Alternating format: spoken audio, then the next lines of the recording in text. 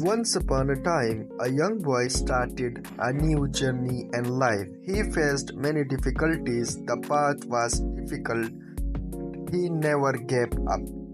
He faced every difficulty himself and learned a new lesson every time. Finally, he made his dreams come true.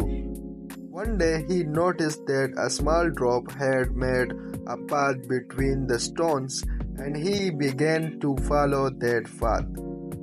As he went on, he saw that the road was getting harder, but the continued work as hard as ever.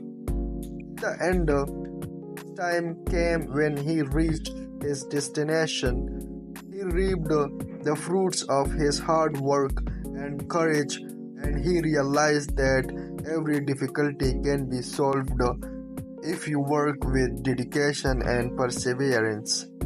This story teaches us that as difficulties arise in life, we need to persevere and persevere.